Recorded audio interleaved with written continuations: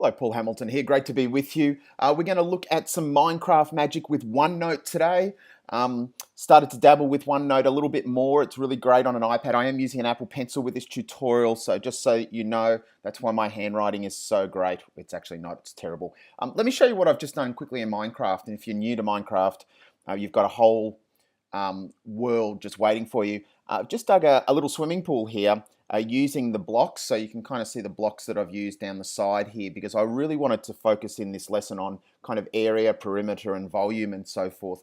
And what I've basically done is taken a screenshot of that and then jumped into OneNote and started to look at the dimensions that we've used. So we've looked at the length and the width and the depth.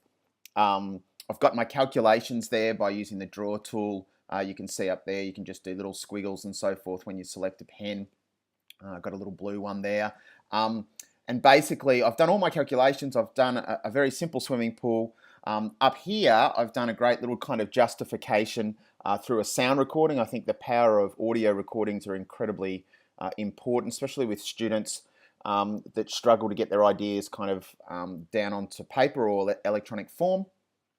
And it's just a really great way to kind of start to kind of blend together a world building app that is so much about kind of length and width and calculations and mathematics, and you could get them to do a whole building, a whole house. You could get them to do rooms, look at surface area, look at coverings, how much is it going to cost to cover that area. You could do a range of different things in regard to it, but I just love the way that Minecraft and OneNote really do work quite well together in regard to kind of cutting, pasting, and putting in. Now, you could do this with Explain Everything, you could do it with Book Creator, you could do it with absolutely anything, but just a really, really great way.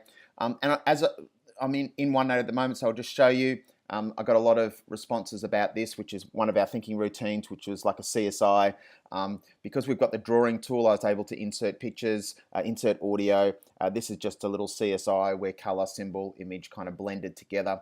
And that's just, I'm using OneNote to do that as well.